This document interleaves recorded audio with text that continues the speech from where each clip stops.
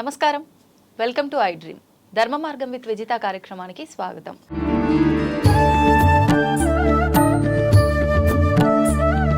ప్రస్తుతం మనతో పాటు ఉన్నారు పరమహంస పరమ వాజకాచార్య పరమ పూజ్య శ్రీ శ్రీ శ్రీ శ్రీ విజయ భూమానందగిరి స్వామీజీ. ఇప్పుడు వారితో మాట్లాడి మరిన్ని మంచి మంచి విషయాలు తెలుసుకుందాం. నమస్కారం స్వామీజీ. శుభంతల్లి. స్వామీజీ, ముందుగా నేను మీకు సంబంధించిన విషయంతో ప్రోగ్రామ్ స్టార్ట్ చేయాలనుకుంటున్నాను. అయితే గృహస్థు ఆశ్రమంలో ఉండి మీరు తర్వాత సన్యాసిగా మారటం జరిగింది. నిజంగా ఒక సన్యాసిగా మారాలి అనంటే వివాహము, పిల్లలు, కుటుంబం, బంధాలు, బంధుత్వాలు అన్నీ ఉన్న తర్వాత కూడా మారే అవకాశం ఉంటుందా? అసలు సన్యాసి జీవనం ఏ రకంగా ఉండాలి? మనకు చతురాశ్రమాలు ఉంటాయమ్మా. బ్రహ్మచారాశ్రమం ఒకటి, రెండవది యువ ఆశ్రమం, యువకులుగా ఉంటారు కదా అది. మూడవదేమో మన వానప్రస్థాశ్రమం. నాలుగవది తురీయాశ్రమం అంటే సన్యాసాశ్రమం. బ్రహ్మచారాశ్రమం మొదటిది. బ్రహ్మచారాశ్రమంలో తను చదువుకుంటాడు, బాలుడుగా ఉంటాడు, చక్కగా చదువుకుంటాడు, తల్లిదండ్రుల నీడలో ఉంటాడు, చక్కగా చదువుకుని పెద్దవాడవుతాడు, ఏ ఉద్యోగం ఏదో చేసుకుంటాడు. అనంతరం అతడికి వివాహం అవుతుంది, చక్కగా కాపురం చేస్తాడు, భార్యని బిడ్డల్ని ప్రేమగా చక్కగా చూసుకుంటాడు, పిల్లల్ని సంస్కారయుతంగా పెంచి పెద్ద చేస్తాడు. అనంతరం వానప్రస్థం. అంటే వానప్రస్థం అంటే అతను కనీసం 50 సంవత్సరాల వయసు వచ్చేయాలి. అంటే ఈ కుటుంబానికి, సంసారానికి సంబంధించినటువంటి బరువు బాధ్యతలు అయిపోవాలి. అయిపోయిన తర్వాత వాళ్ళు వానప్రస్థానికి రావాలి. నిజానికి శాస్త్రం ఏం చెప్తోందంటే వానప్రస్థం, ఈ సన్యాసం, ఈ రెండింటి గురించి ఎవరైతే వివాహం చేసుకుని పిల్లల్ని కంటారో, ఎందరిని కంటారో, 2, 3, 4 కంటారు కదా. చిట్ట చివరి పిల్లవాడికి లేదా పిల్లకి వివాహం చేసిన తర్వాత వారు కన్న పిల్లల్లో చివరి పిల్లకో లేదా చివరి కొడుకో చివరి కూతురు కూడా వివాహం చేసిన తర్వాత అనంతరం వారిద్దరూ వేరే వచ్చేసి ఒక కుటీరంలో కాపురం ఉండాలని చెప్తారంటే ఒక కుటీరంలో వానప్రస్తులుగా ఉండాలి ఆ భార్యాభర్తలు ఇద్దరు. అంటే బిడ్డల తరపునటువంటి బాధ్యత అంతా తీర్చేసుకుని, బిడ్డలకు సంబంధించిన వారికి చదువులు చెప్పించి, సంధ్యలు చెప్పించి, వారిని పెద్దలు చేసి, వివాహాలు చేసి, చిన్నవాడికి కూడా వివాహం జరిగిన తర్వాత వీరు ఇంకా వారిని వదిలిపెట్టేసి విడిగా వచ్చి ఉండాలి, వానప్రస్తులుగా అంటారు అంటోంది శాస్త్రం. ఎందుకు ఉండాలి అంటే మరి ఎందుకు ఉండకూడదు? ఇంతకాలం పిల్లల్ని కని పెంచి పెద్ద చేసి ఇంకా వాళ్ళకు పుట్టిన పిల్లల్ని కూడా చూసి వాళ్ళకు ముక్కులు చీది వాళ్ళకు మూతులు కడిగి వాళ్ళని కూడా పెంచి పెద్ద చేయాలంటే వీళ్ళు తరించేది ఎప్పుడు? వీళ్ళు తరించాలి కదా. గృహస్థుగా ఉంటే తరించలేరు, కుదరదమ్మా. ఎందుకంటే గృహంలో పడి కొట్టుకుంటాడు, గృహానికి సంబంధించినటువంటి సమస్యలో పడి కొట్టుకుంటున్నప్పటికి దేవుడు ఎక్కడున్నాడు? ఏదో గుడి కనిపిస్తే దండం నాయనా అని చెప్పుకోవడం, తిరుపతి వెళ్తున్నాను ఈరోజు నమస్కారం, శ్రీశైలం వెళ్తున్నాను నమస్కారం, అంతే తప్ప మనస్సు పెట్టేటటువంటి అవకాశం లేదు అక్కడ. ఇప్పుడు ఏమి చేద్దాం అనుకున్నా సరే పక్కన భార్య, బిడ్డలు వీళ్ళందరూ కనిపిస్తూ సమస్యలు, ఆర్థిక సమస్యలు, అనేక రకాలైనటువంటి సామాజిక సమస్యలు కనిపిస్తూ వీడిని పట్టి పీడిస్తూ ఉంటాయి. ఇంకా మనస్ఫూర్తిగా భగవంతుడి యొక్క ధ్యానం చేసేటటువంటి అవకాశం లేదు. చక్కగా భగవంతుడి ధ్యానం చేసే అవకాశం ఎప్పుడైతే ఉంటుందో అది మాత్రమే మనం పుణ్యము లేదా మోక్షము సంపాదించుకునే కాలం, అది మాత్రమే, అంతే.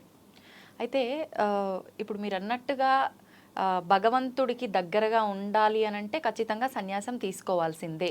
ఇప్పుడు వానప్రస్థంలో ఉండాలి అని అంటే ఇప్పుడు మీరు తీసుకున్న దాన్ని వానప్రస్థంగా భావించవచ్చా, సన్యాసంగా భావించవచ్చా? ఇప్పుడు అంటే కుటుంబంలో వాళ్ళకు, మీకు మాత్రం సన్యాసం తీసుకోవాలని ఉంది, కుటుంబంలో వాళ్ళ అభ్యంతరం తెలిపారే అనుకోండి, తీసుకోవడానికి అవకాశం ఉంటుందా, ఉండదా?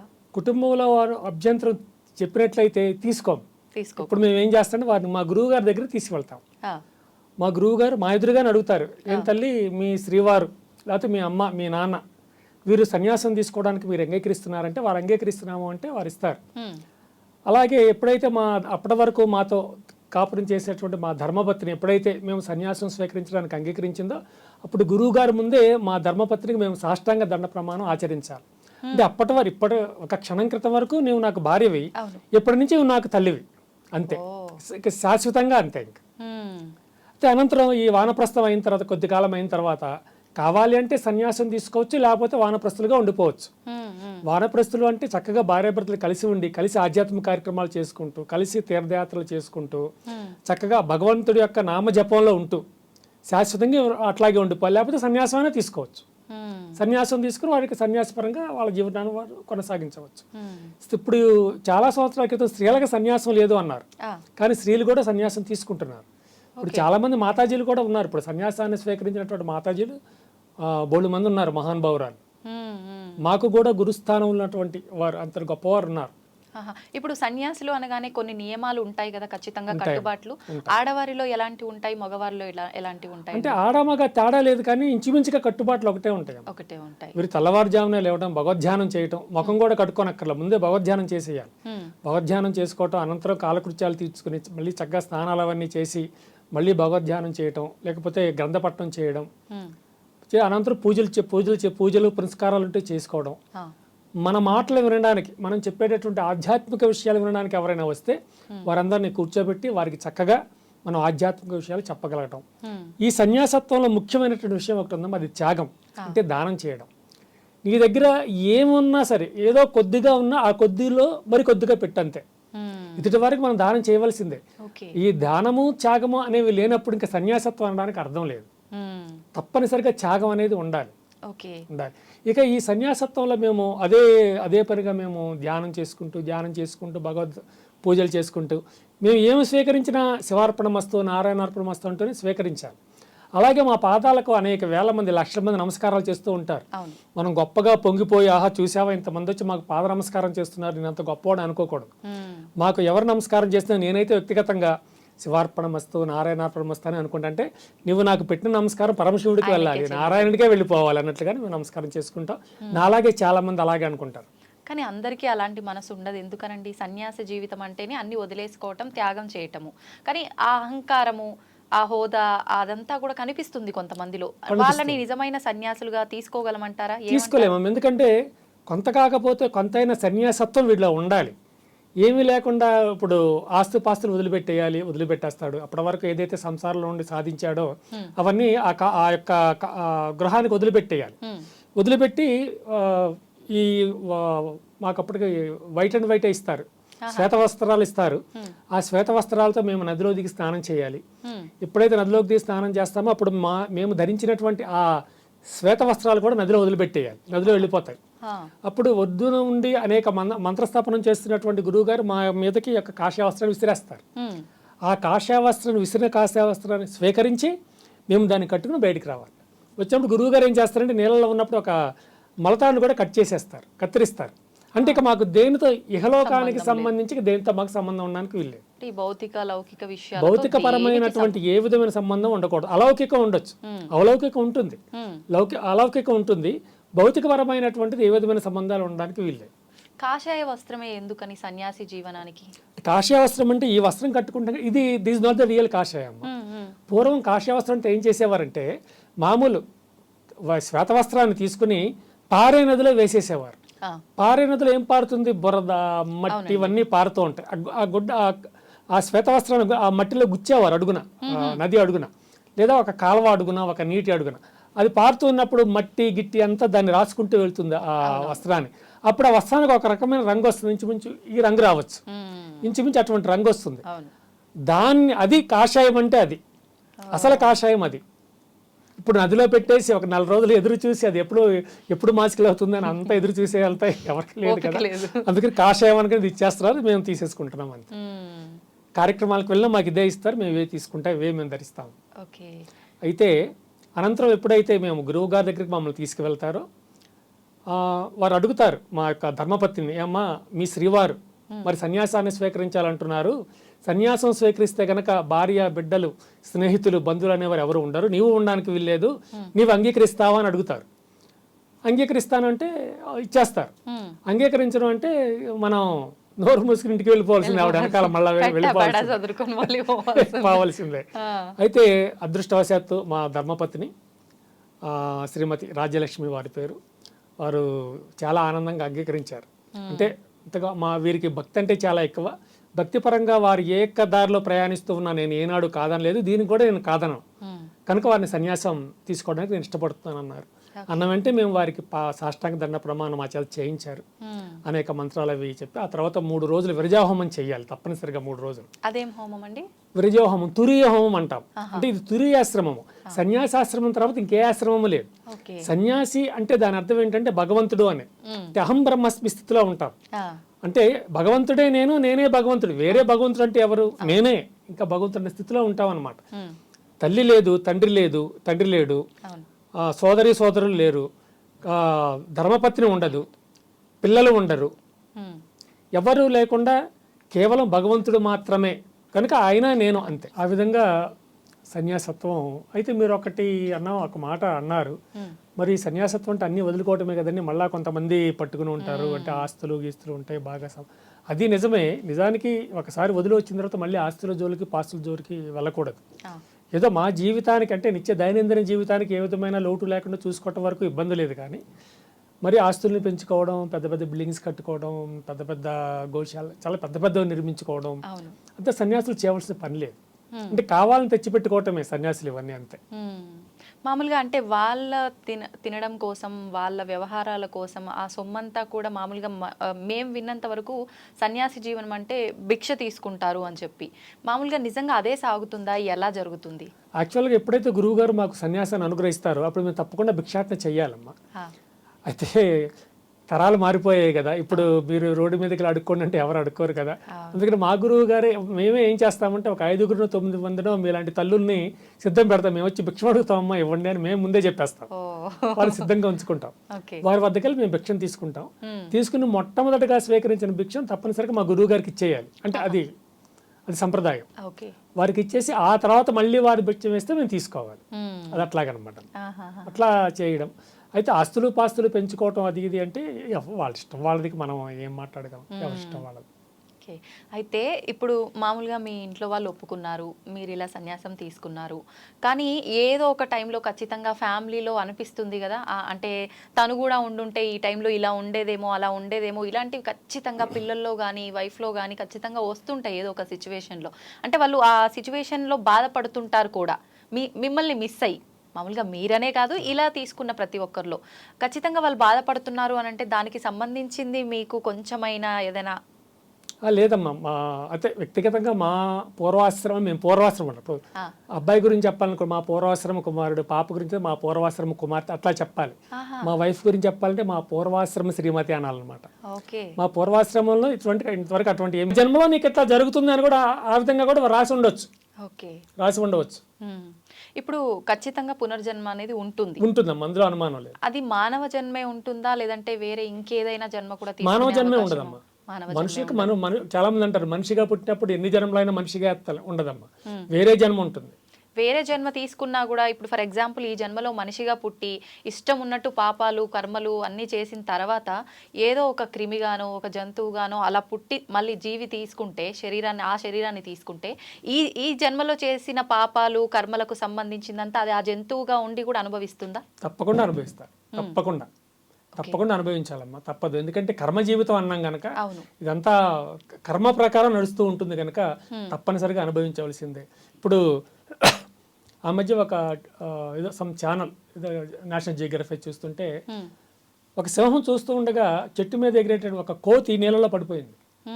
ఇది వెళ్ళి కోతిని తినేయచ్చు కానీ తినలేదు, జాగ్రత్తగా వెళ్ళి దాన్ని జాగ్రత్తగా పట్టి ఒడ్డును పెట్టేసింది. కానీ దాని తత్వం అది కాదు కదా, తత్వం అది తినాలి, చంపేయాలి, కనీసం దాన్ని గాయపరచాలి. పక్కన ఒడ్డును పెట్టిన దాని అర్థం ఏంటి అంటే నెక్స్ట్ జన్మ ఇదే జన్మ ఎత్తుంది, మంచి జన్మే తీసుకుంటుంది కదా, ఒక మానవ జన్మే స్వీకరిస్తుంది, లేదా ఒక గోవు జన్మను స్వీకరిస్తుంది, ఒక మంచి ఉత్తమ జన్మని స్వీకరిస్తుంది.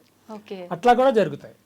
అటువంటిది కూడా ఇంకొకటి ఏదో చూశాను, ఒక సెల్ లోపలికి ఒక సింహం తిరుగుతుంటే ఒక అబ్బాయి ఆ లోపల కటకటాల లోపల గ్రిల్ లోపలికి చేపెట్టి ఫోన్తో దాని ఫుడ్ తీస్తున్నాడు, అడుగులు తీస్తున్నాడు. వెంటనే సింహం దగ్గరికి వచ్చి తన చేత్తో ఆ సెల్ ఫోన్ ఆ చేతిని బయటికి తోసేసింది. నోటితో కొరికి పట్టుకోవచ్చుగా, కొరకలా బయటికి నెట్టేసింది. ఇట్లా పెట్టి తన కాలుతో బయటకు నెట్టేసింది ఆ చేతిని, ఆ ఫోన్ ని చేతిని బయటకు నెట్టేసింది. అంటే అది నెక్స్ట్ ఏ జన్మ తీసుకుంటుంది, దానికి ఎందుకు ఆ బుద్ధి వచ్చింది? ఉత్తమ జన్మ వస్తుంది, అటువంటి వాడికి ఉత్తమ జన్మ వస్తుంది. అంటే ఇప్పుడు మనిషిగా ఉన్నప్పుడు కూడా మూర్ఖంగా ఉండి కాస్త మారి కాస్త తర్వాత ఉత్తమ జన్మ తీసుకొని ఆ తర్వాత ఇంకోటి అలా ఉంటుందా? అలా కూడా ఉండొచ్చు అమ్మా. ఇప్పుడు ముందేమో దుర్మార్గుడిగా ప్రవర్తించవచ్చు, తర్వాత మనస్సు మారి చక్కగా ఉత్తమమైనటువంటి ఆలోచనతో ఉత్తమ సంస్కారంతో జీవించవచ్చు. అటువంటి వాడికి మొత్తం జన్మే రావచ్చు. తర్వాత ఒక మానవ జన్మ లేకపోతే ఉత్తమ జన్మ రావచ్చు, కానీ మోక్షం మాత్రం రాకపోవచ్చు. మోక్షం అంటే ఇంకా మరి జన్మ అనేది ఉండదు, జన్మ ఉండకుండానే జన్మ లేకుండానే అన్నమాట, అది మోక్షం, అది తరింపు. ముక్తి మోక్షం అంటే అది. అయితే వీరికి తప్పకుండా మనకు జన్మ వస్తుంది. ఇట్లా చక్కగా సాధుపరంగా ప్రవర్తించిన వారికి తప్పనిసరిగా మరొక ఏదో ఒక ఉత్తమమైన జన్మ వస్తుంది. ఏదో గోవు జన్మ కానివ్వండి, ఇట్లా కానివ్వండి. ఒకసారి మీకు చెప్పే ఉండొచ్చు ఎవరైనా, నారదుడికి ఒకసారి ఒక అనుమానం వచ్చిందట. ఆ, అనుమానం వచ్చి శ్రీమన్నారాయణ, ఆయన మాట్లాడితే నారాయణ నారాయణ తప్ప ఇంకేం పలకడు కదా. మాట్లాడాడు. అవును. ఆ నారాయణ దగ్గరికి వెళ్ళి నా స్వామి నాకు చిన్న అనుమానం తీర్చరంటే, అడగవయ్యా ఏమిటి అనుమానం అంటే, ఉమ్, ఉత్తమమైనటువంటి పురుషులను చూసినట్లయితే ఉమ్, ఆ వారికి వచ్చేటటువంటి లాభం ఏంటి అని అడిగారు. ఉమ్. ఉత్తమమైన చూసిన వారికే ఆహా. చూస్తే వచ్చిన లాభం ఏంటంటే, ఉమ్, విష్ణుమూర్తి అన్నాడు పలానా దగ్గరికి వెళ్ళవయ్యా, ఉమ్. అక్కడ అప్పుడే పుట్టినటువంటి పేడ పురుగు, చిన్న పిల్ల అప్పుడే పుడుతుంది, ఆ, దాన్ని అడిగే చెప్తుంది, ఈ మాత్రం నేను చెప్పాలంటే అక్కడికి వెళ్ళి అడుగు అంటాడు. ఈయన వెళ్ళిపోతాడు అక్కడికి. అప్పుడే ఆ గుడ్డులో నుంచో ఆ దీంట్లో నుంచో ఆ పేడ పురుగు బయటకు వస్తుంది. ఈయన అడుగుతాడు, అమ్మా నన్ను శ్రీమన్నారాయణ పంపించాడు, అప్పుడే ఒక మహాత్ముడిని చూసినంత మాత్రాన కలిగే లాభం ఏమిటో నువ్వు చెప్తావు, ఆయన చెప్పాడు చెప్పమ్మా అంటే, నోరు తెరిచేదో చెప్తూ ఉండగానే చనిపోతుంది, పేడ పురుగు చనిపోతుంది.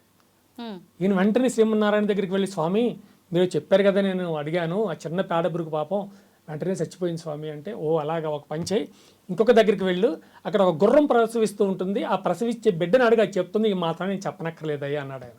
సో ఇంకా పరిగెట్టుకుంటూ ఆ గుర్రం దగ్గరికి వెళ్తాడు. గుర్రం అప్పుడే ప్రసవిస్తూ ఉంది, ఒక మగ గుర్రాన్ని ప్రసవిస్తూ ఉంది. ఓకే. ఇవి వెళ్ళి ఓ గుర్రపిల్ల మరి స్వామివారు ఇట్లా అన్నారు, మహానుభావుడిని చూసిన వెంటనే, ఒక పరమ పవిత్రుడిని చూసిన వెంటనే కలిగే లాభం ఏంటో చెప్పు అంటాడు. ఉమ్, ఆయనకి ఇదే చెప్పబోతూ చచ్చిపోతుంది అది కూడా. ఉమ్, అమ్మ బాబోయ్ ఇదేంటి, అక్కడ పురుగు చచ్చిపోయింది, ఇక్కడ గుర్రం చచ్చిపోయిందని వెంటనే మళ్ళీ పరిగెట్టుకు వెళ్ళిపోతాడు. స్వామి ఇట్లాగా అయింది స్వామి, ఇది కూడా చచ్చిపోయిందంటే, అలాగా పలానా దగ్గర ఈసారి గో ప్రసవిస్తుంది, గో ఉత్తమమైన జన్మ కదా, ఆ బయటకు ఆ తల్లి గర్భం నుంచి, మాతృగర్భం నుంచి బయటకు వచ్చేటటువంటి దూడను అడుగు, దూడ చెప్తుంది నీకు, ఆ వత్సవాన్ని అడుగు అంటాడు. ఈయన పరిగెట్టి వెళ్తాడు, ఆ వత్సవం అప్పుడే బయటకు వస్తుంది మాతృగర్భంలో నుంచి. ఓ గోవత్సవమ్మా, స్వామి ఇట్లాగన్నారు, మహానుభావులను చూసిన వెంటనే కలిగే ప్రయోజనం ఏంటో కొంచెం చెప్పు తల్లి అంటాడు. అనగానే చెప్పబోతూ చనిపోతుంది. ఈయనకి భయం పట్టుకుంటుంది, అమ్మో గోహత్య, గోవు చచ్చిపోవడం అని నేను మాట్లాడుతూ ఉండగా, అసలు ఈ పాపాన్ని నేను పోగొట్టుకోగలను భయపడుతూ స్వామి దగ్గరికి పరిగెట్టి వెళ్తాడు. స్వామి శ్రీమన్నారాయణ దగ్గర, స్వామి ఇట్లాగా అయింది స్వామి, గోవు చచ్చిపోయింది, పురుగు చచ్చిపోయిన తర్వాత గుర్రం, ఇప్పుడు చూస్తే గోవే చచ్చిపోయింది స్వామి, ఏమిటి ఇదంతా అంటే, నువ్వేం భయపడనక్కర్లేదు, ఈ ఊరి ఏదైతే నువ్వు భూలోకంలో ఇవన్నీ చూస్తూ ఉన్నావో, అక్కడ ఒక బ్రహ్మాండమైనటువంటి దేశం, ఆ భూమిలో సగం భూమిని పరిపాలించే ఒక మహారాజు గారి భార్య రాణి గారు ప్రసవిస్తున్నారు, ఒక మగబిడ్డను ప్రసవించబోతోంది, వెళ్ళి వాడిని అడుగు, వాడు చెప్తాడు అని చెప్తాడు. మళ్ళీ ఈయన వెళ్తాడు.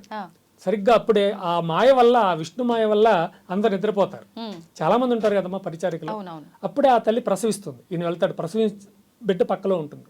ఈయన ఎదురుగా వెళ్తాడు, వెళ్ళి నాయనా మరి శ్రీమన్నారాయణుడిని అడగమన్నాడు, మహాత్ములను మహానుభావులను చూసినంత మాత్రాన మీకు వచ్చేటటువంటి లాభం ఏమిటి అడగమన్నాడు అంటే, పెద్దగా ఒక నవ్వుతాడు బిడ్డ. భయపడతాడు, అడిగి చచ్చిపోతాడేమో వీడు కూడా, కానీ వాడు పెద్దగా నవ్వుతాడు. నవ్వి, నారద మహాశయ, ఇంతవరకు మీరు విషయాన్ని తెలుసుకోలేకపోయారా?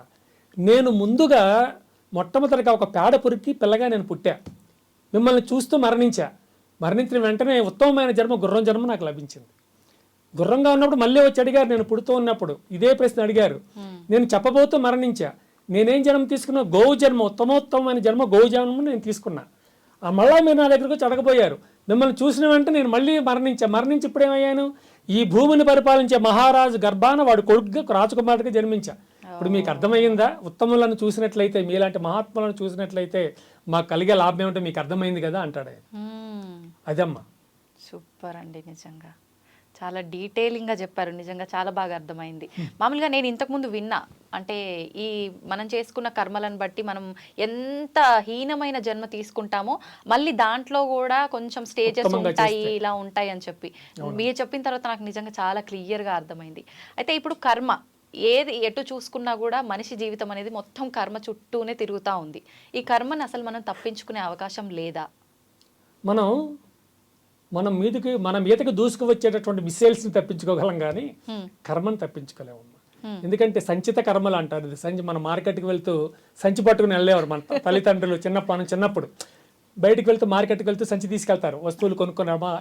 సరిగ్గా అదే విధంగా మనం కూడా ప్రతి సంచి పట్టుకుని అన్ని జనంలో తిరుగుతూ ఉంటాం, ఆ సంచిలో కర్మలు వేసుకుని, సూపర్ మార్కెట్ కర్మలు వేసుకుని తిరుగుతూ ఉంటాం. కర్మలు లేనిదంటూ ఉండదు. అయితే ఒకటి, ఇక్కడ కర్మలు చేయడం పద్ధతి కాదు, కర్మలు చేయొద్దు అని స్వామీజీ చెప్పండి, కర్మలు చేయడం మానేశారు అనుకోండి. ఇప్పుడు కర్మ అంటే what is that meaning? Work, అంతే, నథింగ్ బట్ వర్క్. కర్మ అంటే పని అని అర్థం. అంతే. ఈ స్వామీజీ కర్మ చేయొద్దన్నాడు కనుక నేను పంట పండించడం మానేస్తానని చెప్పి రైతులు ఇంట్లో కూర్చున్నాను అనుకోండి, అవును. మనకు భోజనం ఎక్కడి నుంచి వస్తుంది? కరెక్ట్. రైతుకే ఉండదు, మనకే ఉండదు. నేను కర్మ చేయడం మానేస్తాను అని మన scooter mechanic, car mechanic stools పక్కన పడేసి కూర్చున్నాడు అనుకోండి, మనకి అవి బాగు చేసి పెట్టేవాళ్ళు ఎవరైనా ఉంటారా? ఉండరు. కనుక కొన్ని కర్మలు తప్పనిసరిగా ఈ వ్యావహారిక కర్మలు చేయవలసి. దుర్మార్గమైన కర్మలు అంటే ఎదుటి వాళ్ళని ఇబ్బంది పెట్టే కర్మలు, ఎదుటివారిని హింసించే కర్మలు, అటువంటి మనం చేయకూడదు. అవి మనకు చాలా ముందు చాలా ఎఫెక్ట్ వస్తాయి. అంతే ఇప్పుడు చూశారు కదా, మన భారతదేశం మీదకి ప్రియతమైన టెర్రరిస్టులను పంపించి నానా రకాలుగా అన్యాయంగా అమాయకులను ప్రజలను చంపించేసింది పాకిస్తాన్. ఇప్పుడు చూడండి, పాకిస్తాన్ టెర్రరిస్టుల బారిన అదే పడింది. టెర్రరిస్టులు ఇప్పుడు అమెరికా పాకిస్తాన్ మీద పడుతున్నారు. కర్మ అంటే అదే కర్మ సిద్ధాంతం. కృష్ణ భగవానుడు మనకు వ్యాఖ్యానం చెప్పింది అదే కర్మ. మీరు ఈ రోజు ఒకరికి ఏదైనా ఇస్తే తిరిగి ఒకప్పటికి అది మీకే అందివ్వబడుతుంది అంటాడు. గోడ కొట్టిన బంతి తిరిగి ఎలా వస్తుందో అలా కర్మ కూడా అంతే వస్తుంది. అంతే అమ్మ, మనం మంచి చేస్తే మంచి వస్తుంది. అవశ్యం అనుభోక్తవ్యం కృతకర్మ శుభాశుభం. అవశ్యం మీరు కర్మను అనుభవించడం అవశ్యమే. ఒకవేళ మీరు మంచి కర్మ చేస్తే మీకు మంచి జరుగుతుంది, దుష్టకర్మ చేస్తే దుష్టత్వం జరుగుతుంది. అవశ్యం అనుభోక్తవ్యం కృత కర్మ శుభాశుభం.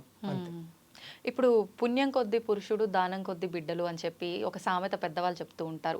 అది కూడా మామూలుగా ప్రతిదీ ఒక ఉదాహరణగా చెప్పినట్టు చెప్పారా? ఇది వాస్తవం అంటారా? ఒక ఉదాహరణ లాగానే చెప్పారు. ఇప్పుడు ఒక స్త్రీమూర్తి చక్కగా సంస్కారయుతంగా పెరిగి ఎంతో పుణ్యం చేసి పురుషార్థం చేసి ఒక వ్యక్తిని పెళ్లి చేసుకుంటే వాడు పెద్ద తాగుపోతే అయితే, ఇప్పుడు మాటకు పాప మా మహాతల్ని హింసించేవాడైతే మరి తప్పు కదా. అది మనం అన్నది తప్పే కదా. అది మనం మంచి పనులు చేయడానికి, పిల్లల్ని చక్కగా దాన ధర్మాలు చేసేలాగా, త్యాగం చేసేలాగా, ఈ భారతదేశంలో ఉన్నటువంటి ఈ హైందవ ధర్మానికి మూలం ఏంటంటే త్యాగమేనమ్మా మూలం. అందుకనే ఎవరెవరు ఈ భారతదేశం వచ్చినా అందరికీ మనం చోటిచ్చాం, ప్రతి వారికి అవకాశం ఇచ్చాం. ఉండండి అని మనం ఇచ్చిన అవకాశాలు వాళ్ళు ఏం చేస్తున్నారు? కొందరు దుర్వినియోగపరుచుకుంటున్నారు, కొందరు సద్వినియోగపరుచుకుని ఉన్నా కొందరు మాత్రం దుర్వినియోగపరుచుకుంటున్నారు. మరి ఈ సమాజంలో ఇన్ని గొడవలు అవుతున్నాయి, ఇంత అస్తవ్యస్తంగా ఉంది, ఇన్ని సమస్యలు ఉన్నాయి అంటే కారణం అదే కదా.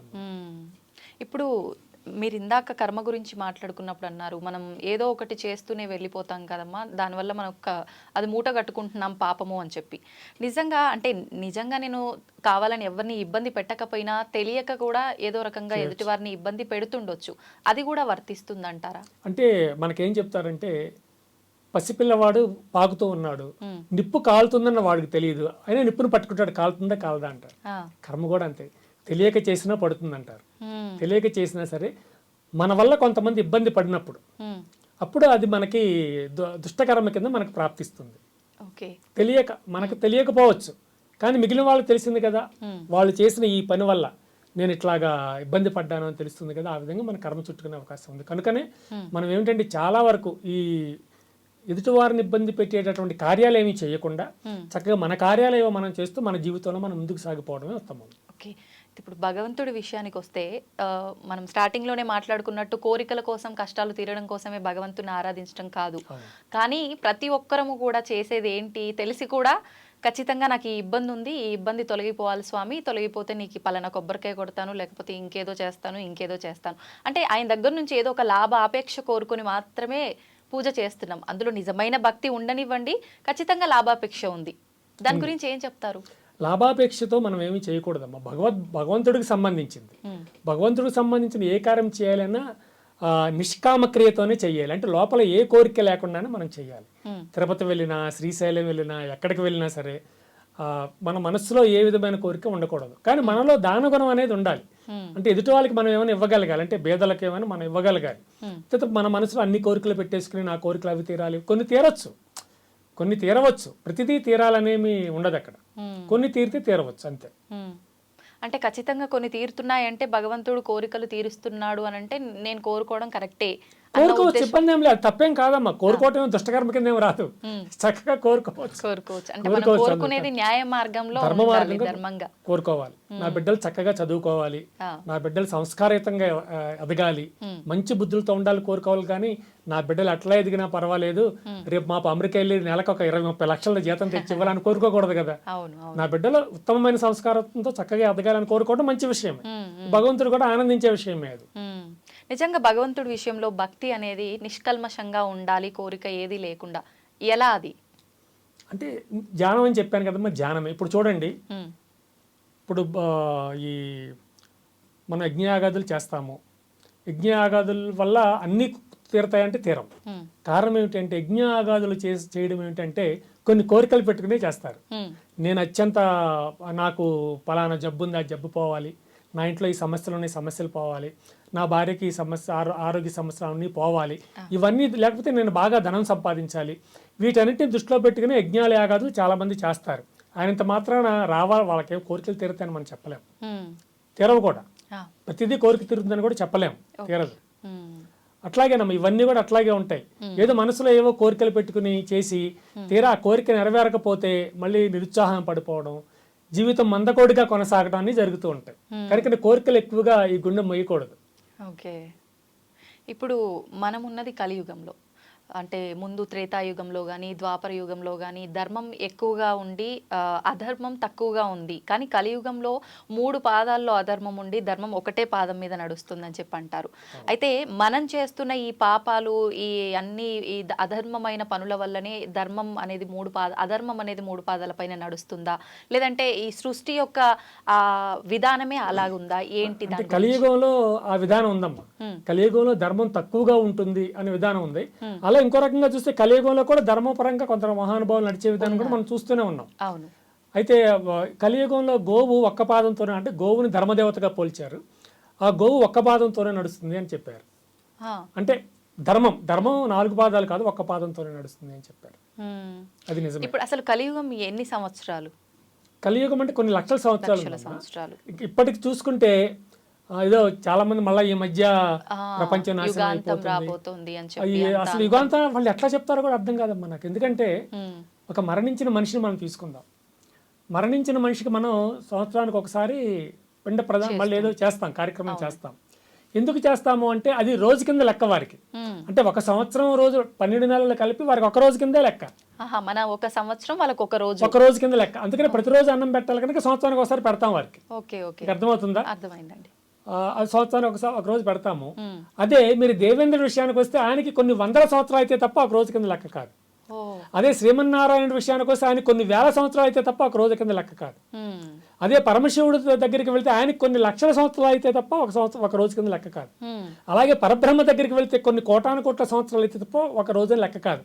మరి నువ్వు ఏ మకం పెట్టుకుని ఈ దేన్ని ప్రమాణంగా చేసుకుని లేకపోతే రేపు ఈ 2025 చివరిలోనే ప్రపంచ నాశనం అయిపోతుంది, ఇంకొకటి వచ్చి అంట లేదు 2032లో ప్రపంచ నాశనం అవుతుంది, నువ్వు దేన్ని ప్రమాణంగా తీసుకున్నావు? నువ్వు లెక్క బయట పెట్టాలి కదా. మరి పక్క ప్రమాణాలు ఇంత తేడా ఉంది ఇక్కడ. ఇంత తేడా ఉన్నప్పుడు నువ్వు దేన్ని ప్రమాణంగా తీసుకున్నావు? అసలు ఈ భూమిని వదిలి అంతరిక్షంలోకి వెళ్తే అక్కడ రోజులే ఉండవు. అంతరిక్షంలోకి వెళ్ళిన తర్వాత రోజులే ఉండవు, సమయమే. ఇన్ని గంటలు, 10 గంటలు, 20 గంటలు, 30 గంటలు, 200 గంటలు, 300 గంటల సమయమే తప్ప ఇన్ని రోజులు అక్కడ ఉండదు. ఎందుకంటే అక్కడ సూర్యాస్తమయాలు ఉండవు, సూర్యోదయాలు ఉండవు. ఇంకా మరి ఎట్లాగా రోజు లెక్క పెట్టేస్తావు నువ్వు? రోజు లెక్క పెట్టడం కుదరదమ్మా. ఇదంతా నథింగ్ బట్ ఫేక్. వీళ్ళ మాటలు నమ్మాల్సిన అవసరం లేదు. చాలా మంది పాప నమ్ముతూ ఉంటారు. ఇప్పుడు మార్చిలో షష్టగ్రహ కూటమి రాబోతుంది అని చెప్పి దానివల్ల చాలా విపత్తులు రాబోతున్నాయి అని చెప్పి కూడా చెప్తున్నారు. నిజంగా అలాంటివి కూడా ఉన్నాయా? ఒక విషయం అమ్మ, ఇప్పుడు నాలాంటి వాళ్ళు ఇది తప్పు, యుగాంతం కాదు, ఇది తప్పు అని మేము చెప్తున్నప్పుడు వీళ్ళు కొంచెం కొత్త తెలివితేటలు నేర్చుకున్నారు. మమ్మల్ని తప్పించుకోవడానికి ఏం తెలివితేటలు నేర్చుకున్నారంటే, యుగాంతం అంటే మొత్తం నాశనం అవుతుందని మేము చెప్పలేదండి, అక్కడక్కడ కొన్ని ఎక్కువ యుద్ధాలు లాంటివి ఇలాంటివి జరుగుతాయని మాత్రమే చెప్తున్నామని అంటారు. ఏ యుద్ధాలు గతంలో జరగలేదా? గతంలో 18 అక్షోహిణుల సైన్యాన్ని ఉపయోగించినట్టు మహాభారత యుద్ధం జరిగింది, కొన్ని లక్షల మంది మరణించారు. మరి ప్రపంచం ఇప్పటి వరకు అంత యుద్ధం ఇంతవరకు జరగలేదే. మరి 2వ ప్రపంచ యుద్ధం జరగలేదా? మరి అప్పుడు యుగాంతం కాలేదే. మరి ఎప్పుడు జరగని యుగాంతం ఇప్పుడు ఎట్లా జరుగుతుంది? అంటే సంబంధం ఉండదమ్మా. చెప్పేదానికి వాళ్ళ యొక్క విధానానికి సంబంధాలు ఏమి ఉండవు. ఇప్పుడు నేను చెప్పాను ఇంతకుముందే మీకు, ఒక మరణించిన వ్యక్తికి ఒక 12 నెలలు అయితే ఒక రోజు అయితే, మరి మిగిలిన దేవతలకు ఇన్ని వేల సంవత్సరాలు అయితే ఒక రోజు అయితే, నువ్వు దేని ప్రమాణంగా తీసుకుని ఈ 2025లోనే 3వ నెలలోనే ఎప్పుడో యుగాంతం చెప్తున్నావు? ఇంకొక ఆయన అంటారు లేదు 2025లో యుగాంతం కాదు, 2032లో యుగాంతం అంటాడు. దానికి ఒక లెక్క ఉంది. 2032లో ఏదో కామెట్ ఏదో వస్తుంది, అది భూమి మీద పడే అవకాశం ఉంది, కొంచెం జాగ్రత్తగా ఉండాలి, అప్పటికేందో సైన్స్ పెరుగుతుంది కనుక దాన్ని నాశనం చేసేటటువంటి ఎక్విప్మెంట్ ఉండొచ్చు అన్నట్టుగా అమెరికా వాళ్ళు నాసా వాళ్ళు ప్రకటించారు. అది వీడు విని అట్లాగే నాశనం అయిపోతుంది కదా, ఒక మాట చెప్తే ఏం పోయింది అంటే చెప్తాడు, 4 జోడించి చెప్తాడు. ఇవేమి నమ్మొద్దాం. అంతే కదమ్మా. మన తంబ్లైన్ మన వేసిన వాటికి తంబ్లైన్ ఒకటి యుగాంతం పలానప్పుడు అవుతుందని నేను చేసిన ఫొటోస్ వేశారు మీరు. అయితే ఒక పెద్ద పీఠాధిపతులు వారు ఉత్తర పీఠాధిపతులు నన్ను పిలిచి ఏమిటి అలా చెప్తున్నారు, యుగాంతం మనం చెప్పొచ్చా, మనం చెప్పకూడదు అలాంటి వాటి చెప్తే స్వామి నేను చెప్పలేదు, నేను చెప్పినవి కాదు, ఇది నలుగురు ఎక్కువగా చూస్తారని ఉద్దేశం వాళ్ళు పెట్టుకున్న తంబలేనండి, వాళ్ళు పెట్టుకున్నారు తప్ప వాడు పెట్టుకున్న టైట్లే తప్ప నేనేమి చెప్పలేదంటే మీరు అది విన్నట్లయితే అదంతా అబద్ధం, అది ఫేక్, అది నమ్మొద్దనే చెప్పాను, తెలుస్తుంది స్వామి అని వారి బతిలాడుకోవడానికి అరగంట టైం పట్టింది నాకు. అంతే, అంటే నిజంగా యుగాంతం లేదు అని అంటే చూసే వాళ్ళు తక్కువ ఉంటారు. ఇప్పుడు అందరూ ఉంది అని చెప్పారు కాబట్టి ఓ ఇక్కడ కూడా ఉంది అని చెప్పారంటే ఏముందో అని వింటారు. నేను అదే చెప్పాను వార్త ఇట్లాగా మరి నలుగురు చూస్తారని ఉద్దేశంతో వాళ్ళు అలాంటి టైటిల్స్ ఇస్తారు స్వామీజీ, అది కరెక్ట్ కాదు, లోపల ఉన్న కంటెంట్ వేరే ఉంటుంది, దానికి ఎగ్నెస్ట్ గా ఉంటుంది అని వారితో చెప్పుకునేసరికి నాకు అరగంట టైం పట్టింది. మీరు సంజయ్ ఇచ్చుకోవాల్సి వచ్చింది. ఆయన అడిగారా మనం చెప్పకూడదు ఇలాంటి అసలు మనం మాట్లాడకూడదు, ఎవరెవరో మాట్లాడతారు వాళ్ళ ఇష్టం, అది మనం అలాంటివి చెప్పకూడదు అన్నారు అనమాట. నిజమే, వారు అన్నది కూడా నిజమే.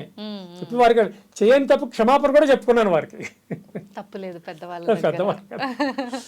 అయితే త్వరలోనే మహాశివరాత్రి రాబోతోంది.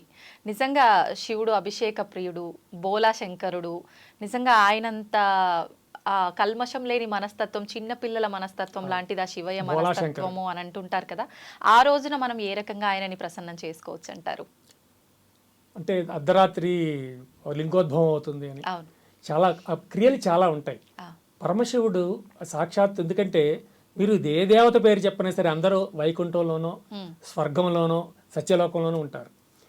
కేవలం పరమాత్మ అయినటువంటి పరమశివుడు మాత్రమే ఈ భూమి మీద ఉంటాడు. అంటే కైలాసం భూమి మీదే కదా ఉంది, ఆ మహానుభావుడు భూమి మీదే ఉంటాడు. ఎందుకంటే ఈ భూమి మీద ఉన్నటువంటి దేవతను చూపించని ఎవరినంటే శివుడు చూపించాడు. దేవుడు అక్కడ ఉన్నాడు చూసుకోవయ్యా, నువ్వు చూసుకోగలిగితే, నీ మనోనేత్రానికి ఆయన అందగలిగితే, నీవు చేసేటువంటి అనుష్ఠానాల వల్ల, నీవు చేసేటువంటి క్రతువుల వల్ల ఆయన నీ ఆత్మకు దొరకగలిగినట్లయితే చూసుకొని చెప్పాడు. ఇప్పుడు మీరు ఇవన్నీ క్రియలు చెప్పారు, అవి చేయొచ్చు, చేయకపోయినా చక్కగా ధ్యానం చేసుకుంటూ కూర్చున్నా అంత పుణ్యం లభిస్తుంది.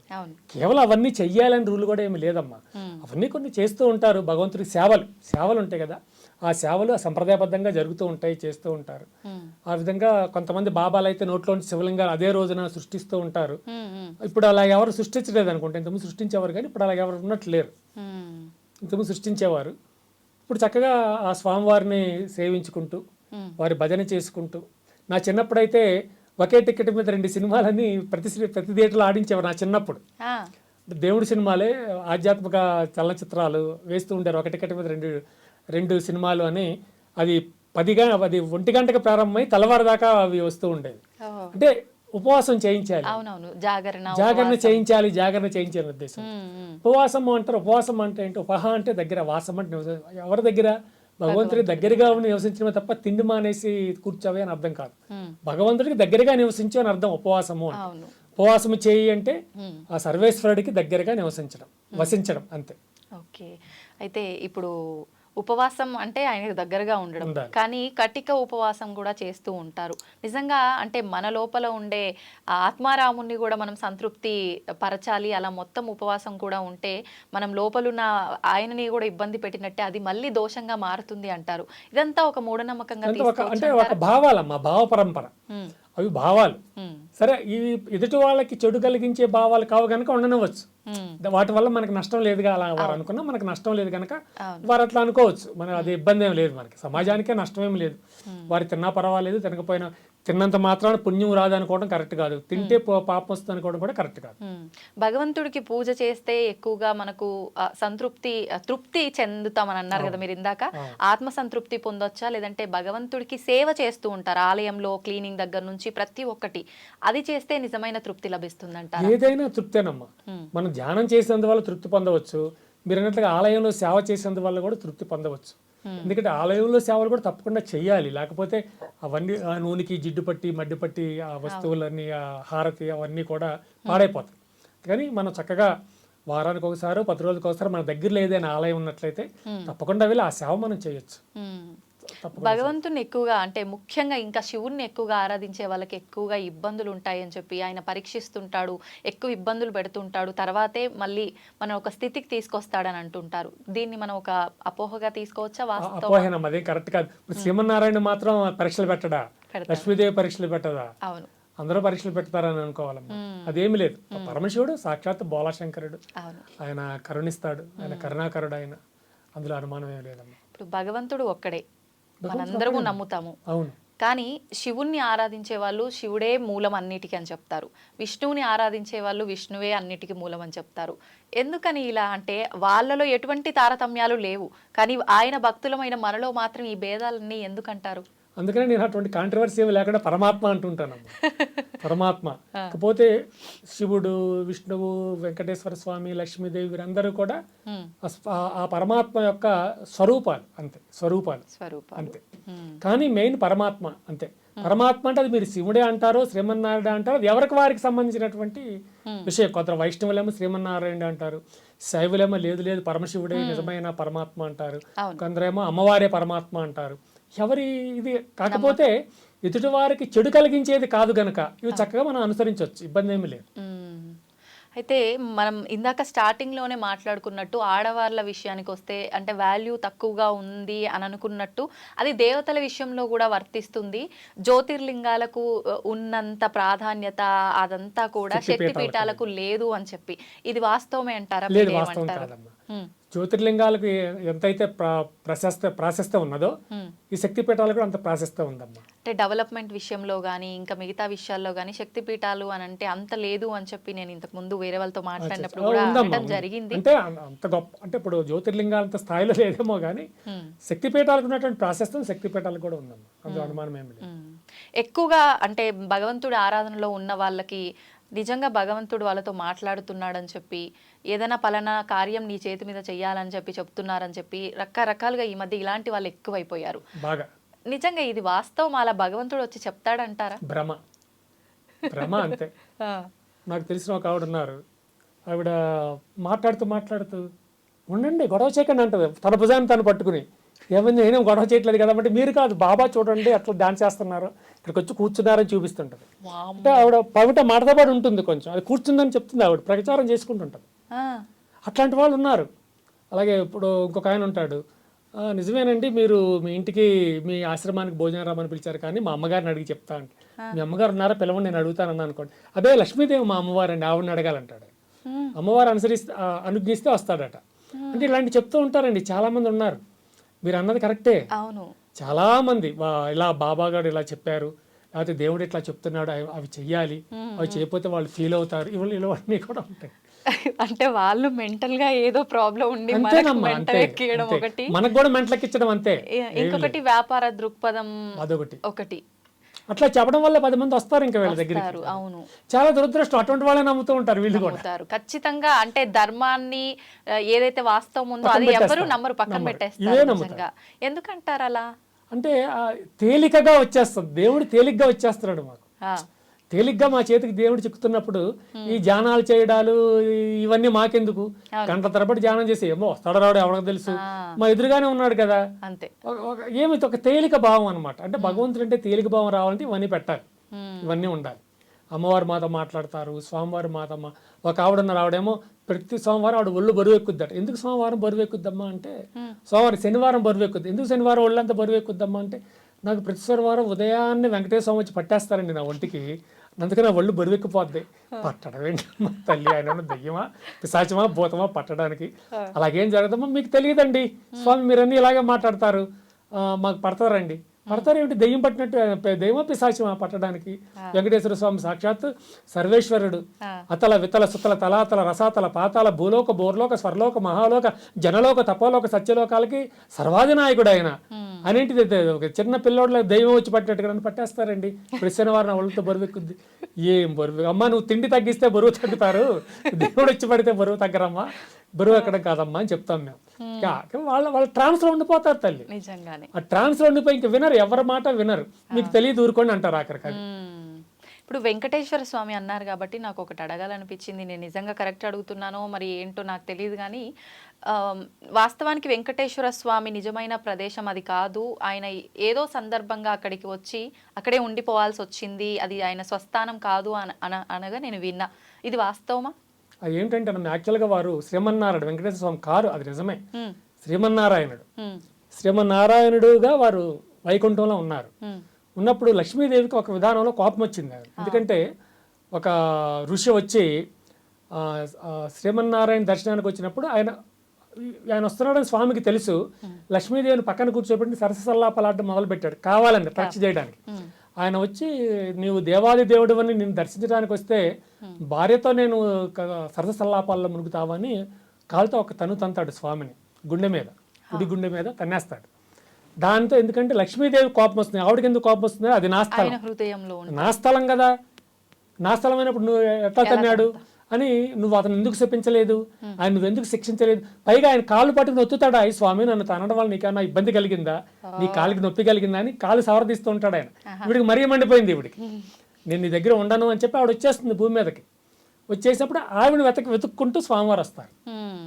వచ్చినప్పుడు ఏమవుతుందంటే ఇప్పుడు తిరుపతి కొండ ఉన్నాయి కదమ్మా, అక్కడ చరిత్ర జరిగింది. చరిత్ర నాట్ ద స్టోరీ, హిస్టరీ. వచ్చినప్పుడు ఎదురుగా ఆ కొండల ఎదురుగా గంగానమ్మ వారి గ్రామదేవత ఉన్నారు. నేను అక్కడికి వచ్చారు, సవినీయంగా నమస్కారం చేశారు గంగానమ్మకి. అమ్మ ఒక్కసారి ప్రత్యక్షం తల్లి నీతో మాట్లాడాలి అన్నారు. ఆవిడ ప్రత్యక్షం అయిపోయింది. స్వామి చెప్పండి ఏమి ఆజ్ఞ అన్నది. ఆజ్ఞ కాదు తల్లి, నీవే నాకు ఆజ్ఞ ఇవ్వాలి. ఇక్కడ కొండలు ఉన్నాయి కదా 7 కొండలు, ఈ 7 కొండల మీద ఒక కొండ మీద నేను నా సతులతో వెలియదలిచాను, నేను ఎక్కడ వెలవాలో నీవు ఆజ్ఞమమ్మా అంటాడు. స్వామి ఏం మాట్లాడుతున్నారు మీరు, ఇక్కడ అండపిండ బ్రహ్మాండాలు మొదలు బ్రహ్మాండం వరకు మీరే కదా సర్వాధినేత సర్వాధినాయకులు సర్వపాలకులు మీరే. మీరు నన్నొచ్చి ఒక గ్రామదేవతను నేను నన్ను పట్టుకుని అనుజ్ఞ అడుగుతారేంటి? ఇప్పుడు ఒక దేశపు ప్రధానమంత్రి ఈ ఊరి కార్పొరేటర్ ఏమైనా పర్మిషన్ అడుగుతాడు ఏదైనా విషయంలో? మరి ఈయన అట్లా అడుగుతున్నాడు. ఈయన ఎందుకు స్వామి నన్ను ఎందుకు అడుగుతున్నారంటే ఆయన అంటారు, స్వామి నీవు సాక్షాత్ మాతృమూర్తివి, మాతృస్వరూపివి, నీవు ఈ గ్రామదేవతవి, ఈ గ్రామంలో చుట్టుపక్కల అనేక గ్రామాలకు నీవు మాతృమూర్తివి, కనుక నిన్ను అనుమతి తీసుకోవడం నీ వద్ద అది నా యొక్క ధర్మం, కనుక నీవు అనుమతి ఇచ్చినట్లయితే కొండ మీద నేను వెలుస్తానమ్మా అంటాడు. వెలవండి స్వామి, దాని దేవుంది వెలవండి అని ఆవిడ కూడా చాలా గౌరవంగా చెప్తుంది గంగానమ్మ. ఈ స్వామి అప్పుడు ఏం చేస్తారు అంటే వెంకటాద్రి అని కొండ ఉంటుంది. ఆ 7 కొండలు కొండ పేరు వెంకటాద్రి. వెంకటాద్రి శేషాద్రి కొండలు ఉంటాయి. వెంకటాద్రి మీదకి వెళ్ళి మొదటిసారిగా వారు తన పాదాన్ని వెంకటాద్రి అనే కొండ మీద మోపుతారు, అలా కాలు పెడతారు. పెట్టగానే స్వామివారికి ఒక పేరు వస్తుంది. వెంకటాద్రి అనే కొండ మీద ఆయన కాలు పెట్టాడు కనుక వెంకటేశ్వరుడు అన్నారు ఆయన. అంతే, వెంకటేశ్వరుడు అనే పేరు ఆయనకి ఆ వెంకటాద్రి అనే కొండ వల్ల ఆయనకి ఆ పేరు వస్తుంది. అప్పుడే వెంకటేశ్వరుడు అయిపోయారు. వెంకటేశ్వరుడిగా ఆయన అక్కడే ఉండవలసి వచ్చి అక్కడే ఉంటాడు అనమాట.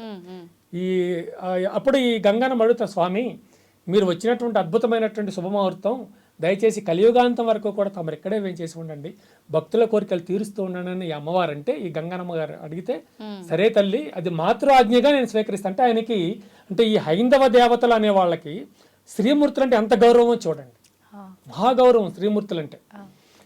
అలాగే తల్లి నీవు చెప్పావు కనుక నేను తప్పకుండా ఉంటా అని చెప్పి అక్కడ తన సతులతో అలివేలు మంగమ్మ అంటే పద్మావతి దేవి, అలివేలు మంగమ్మ అంటే పద్మావతి దేవే, లక్ష్మీదేవి ఇద్దరిని చెరువక పక్కన వెలయమని చెప్పి స్వామివారు కూడా అక్కడే వెలుస్తారు. ఇంకో Bibi Nanchari, Bibi it's a fake story, అదే ఫేక్, అసలు లేదు. బీబీ నాంచారి అనేది ముస్లిం ఒక రాజుగారి కుమార్తె. చిన్న కథ కూడా జరిగిందమ్మా. మన రామానుజాచార్యులు ఉన్నప్పుడు ఏమైందంటే ఆయన ఈ ముస్లిం రాజులు ఏం చేసి పనిపాటు లేదు, ఎక్కడ హిందూ దేవతలు ఉన్నారు ఎక్కడ హిందూ దేవతల ఆలయాలను వెళ్ళి కొట్టేయడమే, కొట్టేసి అందులో బొమ్మలన్నీ బంగారు విగ్రహాలే కదా మన వాళ్ళు పెట్టేది, అక్కడ విగ్రహాలన్నీ తెచ్చేసుకునేవారు. ఆయన తెచ్చిన విగ్రహాల్లో ఒక చిన్న శ్రీమన్నారాయణ విగ్రహాన్ని ఆయన కూతురు చూసింది, చిన్నపిల్ల కూతురు చూసింది, నచ్చింది బాగా.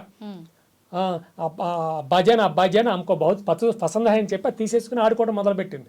దానికి చిన్న గుడ్డలు కట్టి దానికి చిన్న అన్నం పెట్టి ఏదో తినిపిస్తున్నట్టుగా ఆడుకోవడం మొదలుపెట్టి పిల్లలు అట్లాగే ఆడుకోవడం మొదలుపెట్టింది. కొద్ది రోజుల తర్వాత ఆ బొమ్మ ఎట్లా డిసప్పియర్ అయిందో ఏదో మొదలుపెట్టి మర్చిపోయినట్టుంది ఆ పిల్ల. నాంది, ఆ అమ్మాయి పేరు నాందిచార్, ముస్లిం నేమ్ నాందిచార్ ఆ అమ్మాయి పేరు. మా అయిన తర్వాత అంతా వెతికింది, కోట వెతికింది, లోపల అన్ని అంతర్పురాల్లో వెతికారు, బొమ్మ గురించి ఎక్కడా కనపడలేదు. ఆఖరికి రామానుజాచార్య వరకు ఆ విషయం తెలిసింది, ఇట్లా బొమ్మని వాళ్ళు వెతుకుతున్నారు, బొమ్మ కనపడలేదట. ఆయన వచ్చి సుల్తాన్జీ ఆ బొమ్మ కోసం మేము వెతుకుతున్నాం, ఆ విగ్రహం కోసం, మా హిందువులంతా ఎంత పవిత్రంగా చూసేది, మీరు దయచేసి ఆ విగ్రహం నాకు అనుగ్రహించండి, నేను తీసుకువెళ్ళి నేను ప్రతిష్ఠించుకుంటాను అంటే ఆ ముస్లిం రాజు ఆ సుల్తాన్ ఏ మూడ్లో ఉన్నాడో తెలియదు కానీ ఇచ్చేశాడు. ఎతకండి రా అంటే సైనికం అంతా వెతికేశారు, మొత్తానికి అది దొరికింది. దొరికితే ఈయనకి ఇచ్చేశారు. సరే తీసుకెళ్ళి ప్రతిష్ఠించుకోండి అని ఇస్తే ఈ పిల్ల వెంటబడింది. ఓ మెరీ బొమ్మనే ఉంటారు ఉర్దూలో, ఏ మేరీ హై ఏ మీరే హై हमको దేవో ఏ కిలోనా అమారా హై దేవో దేవ అంటబడిన ఆయన ఇవ్వాల, ప్రతిష్ఠించడా తీసుకెళ్తున్నాడు కదా. ఏడుస్తూ కూర్చుంది. ఇక వీళ్ళు బుజ్జగించి కోటలోకి తీసుకెళ్లిపోయారు అంతఃపురంలోకి అమ్మాయిని. ఈయన ఆ యొక్క విగ్రహాన్ని తీసుకొచ్చి ప్రతిష్ఠించారు. ఎక్కడో మరి శ్రీరంగంలోనే అక్కడ ప్రతిష్ఠించారు. అక్కడ కథ అయిపోయింది.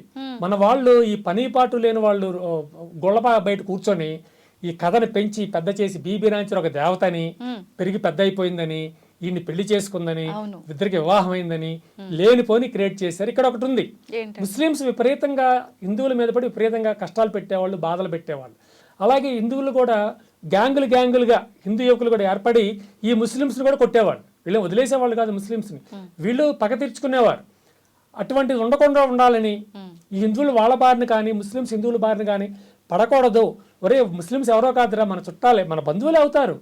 ముస్లిమ్స్ ఎవరు వెంకటేశ్వర స్వామి వారి భార్య యొక్క బంధువులు వాళ్ళంతా, మనం అట్లా యుద్ధాలు చేయకూడదు అని చెప్పడానికి ఇది. అక్కడ అయ్యప్ప స్వామి వారికి కూడా తప్పల. అయ్యప్ప స్వామి వారి దగ్గర ఓవర్ అని ఒక ఆయన ఉంటాడు, ఓవర్ స్వామి బాబరమ్మ, వాడు లక్షల మంది హిందువుల్ని వాడి కంఠాలను నరికేసి ఒక రోజు అయితే ఒక వారం రోజులో 10 రోజుల్లో 5 లక్షల మంది హిందువులను తెగ నరికేశాడు. ఢిల్లీ నగరంలో 5 లక్షల మంది హిందువులు. మతం మారతావా మారవా, నేను మారను అన్నవాడిని నరికేసేవాడు, మారతా అన్నవాడిని వదిలేసేవాడు. అలా మారను అన్న హిందువులు నరికేసి ఎంతమంది అయ్యారు అంటే ఇటు 5 లక్షల తలలు, అటు 5 లక్షల మొండాలు. ఆ బాబర్ విగ్రహమే ఈ ఓవర్. బాబర్ని ఇక్కడ ఓవర్ అంటారు, ఇది అయ్యప్ప దగ్గర శబరిమలలో అంటారు. వాడి దర్శనాలకు మన వాళ్ళు వెళ్తున్నారు. ఏంటి, నీ పూర్వీకుల్ని అతి ఘోరంగా చంపినటువంటి వాడు దర్శనానికి మీరు వెళ్ళడం ఎంత ఘోరం అమ్మా అది. మేము చెప్తున్నాం, వాట్సాప్ల పరంగా కానివ్వండి, ఫేస్బుక్ల పరంగా కానివ్వండి, వాడు ఓవర్నైనా లక్షల మంది హిందువుని అతి ఘోరంగా తలలు తీసి చంపినటువంటి నీచుడు వాడి దర్శనానికి మీరు వెళ్ళడం ఏంటంటే ఎందుకు పెట్టారట. అది కూడా అబ్బాయి ఓవర్ అనేవాడు అయ్యప్ప స్వామి ఫ్రెండ్. సో అతని ఫ్రెండ్ కనుక ముస్లిమ్స్ అందరూ మనకు ఫ్రెండ్సే. అందుకని మీరు మన ముస్లిమ్స్ మీద యుద్ధానికి వెళ్ళకూడదు, వాళ్ళతో చెప్పు. హిందువుల మీద యుద్ధానికి వెళ్ళకు, హిందువులు శాంతి స్వరూపులు, వాళ్ళంతా కూడా అహింసాయుతలు కనుక నువ్వు వాళ్ళ మీద యుద్ధానికి వెళ్తాను ముస్లిమ్స్తో చెప్పు. ముస్లింతో చెప్పడానికి నువ్వు రాకుండా హిందువులకు చెప్పడం ఏంటి? ఈ విధంగా చరిత్రలో చాలా జరిగాయమ్మా. కొన్ని మనకు తెలుసు, కొన్ని మనకు తెలియకుండా అట్లా చేసేసారు అంతే. ప్రతి ఆలయం వెనుక కూడా మనకు తెలిసింది కొంత అయితే తెలియదు కొంత ఉంది. అవును. అయితే వెంకటేశ్వర స్వామి గురించే మాట్లాడుకుంటున్నాం కాబట్టి ఆయన స్త్రీ వేషధారణలో ఉంటాడు అని చెప్పి మాట్లాడుకుంటూ ఉంటాం. ఎందుకని ఆయన అలా ఉంటారు? స్త్రీ వేషధారణలు ఏమి ఉండరు. వీళ్ళంతా నమ్మకాలు ప్రచారం చేస్తూ ఉంటారు. అసలు యాక్చువల్గా ఏమిటంటే అది వెంకటేశ్వర స్వామి వారి క్షేత్రం కాదని, అమ్మవారి క్షేత్రం అని, ఆ విగ్రహం అమ్మవారి విగ్రహం అని, కనుక స్త్రీ యొక్క వంపు సొంపులు కనపడకుండా ఉండడానికి విపరీతమైన అలంకరణ చేస్తారు అని టాక్ ఒకటి ఉంది. కానీ స్వామివారే, వెంకటేశ్వర స్వామివారే, అక్కడ వెలిసినటువంటి శ్రీమన్నారాయణుడే సాక్షాత్తు ఆయనే తప్ప అమ్మవారికి స్వామివారికి సంబంధం ఏమీ లేదు. కానీ అలా అనుకోవడం మంచిదే. అమ్మ అంటే సాక్షాత్తు పరమాత్మగా భావించండి. అలా అనుకున్న వాళ్ళు పరమాత్మగా భావిస్తే సరిపోతుంది అంతే. అందుకే నేను కూడా పరమాత్మ అంటూ ఉంటాను. భగవంతుడిని కాకుండా, లేదా వెంకటేశ్వర స్వామి శివుడు కృష్ణుడు అని కాకుండా పరమాత్మ అంటూ ఉంటాను. అటు ఇటు పోకుండా న్యూట్రల్, అంతే పరమాత్మ అంతే. అంతేనమ్మా. కృష్ణుడు చెప్తాడు కదా, నేను నిరాకారిని, నేను పురుషుడిని కాదు, స్త్రీని కాదు, నపుంసకుడిని కాదు, నేను ఒక శక్తిని అంతే. ఇప్పుడు నీళ్ళు ఉన్నాయి, నీటికి మనం అది స్త్రీత్వం అంటామా పురుషత్వం పేరు పెట్టేస్తామా? పెట్టలేం కదా. నీరు అంతే, అది నీరు. అది మనం తాగినట్లయితే మన దాహాన్ని తీరుస్తుంది, జంతువుల దాహాన్ని తీరుస్తుంది, అలాగే పొలాలకు చక్కటి నీడిస్తుంది, దైనందిన జీవితానికి కూడా ఎంతగానో నీరు ఉపకరిస్తుంది. అదొక శక్తి, అంతవరకే అంతే. సంతోషం అండి, నిజంగా చాలా మంచి మంచి విషయాలు తెలియజేశారు. నిజంగా నేను ఎప్పుడూ వినని కొన్ని కొత్త విషయాలు కూడా మీ దగ్గర నుంచి వినడం జరిగింది. ధన్యవాదాలండి. శుభం తల్లి, శుభం.